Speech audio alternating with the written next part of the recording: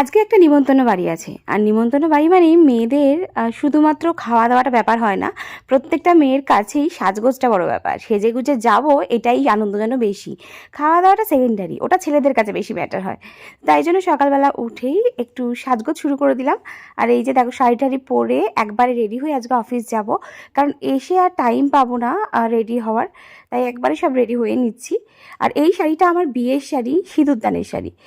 কত দিন পরে পরলাম, মানে একবার পরেছিলাম বিয়ের 2 বছর পর, তারপর আর পরা হয়নি, আজকে পরলাম। এই ব্লাউজটার সাথেই পরেছি, আগে পরেছিলাম সিলভার কালারের ব্লাউজের সাথে। ব্লাউজটা একটু চেঞ্জ করে পরলে দেখবে লুকটাও চেঞ্জ হয়ে যায়। আর যেহেতু দিনের বেলাকার অনুষ্ঠান, তাই বেশি কিছু জুয়েলারি পরিনি, একদম স্লিকের মধ্যে এই সিলভার কালারের স্টোনের নেকলেসটা পরেছি, আর তার সাথে এই সিলভার কালারেরই স্টোন দেওয়া বসানো টপ, আর এই ব্যাঙ্গেলসটা। যেহেতু শাড়িটার ওপর পুরোপুরি সিলভার জারির কাজ আছে, তাই সিলভার কালারটাই এর সাথে বেস্ট যাচ্ছে। তবে এখন কিন্তু অনেকে সিলভারের সাথে গোল্ডেন জুয়েলারি দিয়েও পরে, এটাও কিন্তু ভালোই লাগে। এখন অ্যাকচুয়ালি যা পরবো সেটাই স্টাইল।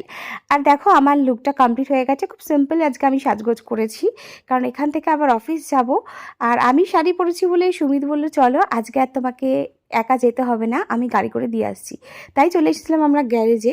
আর গাড়িতে উঠেই মনে হলো অসহ্য গরম লাগছে, হঠাৎ করে ঠান্ডাটা একদম কমে গেছে।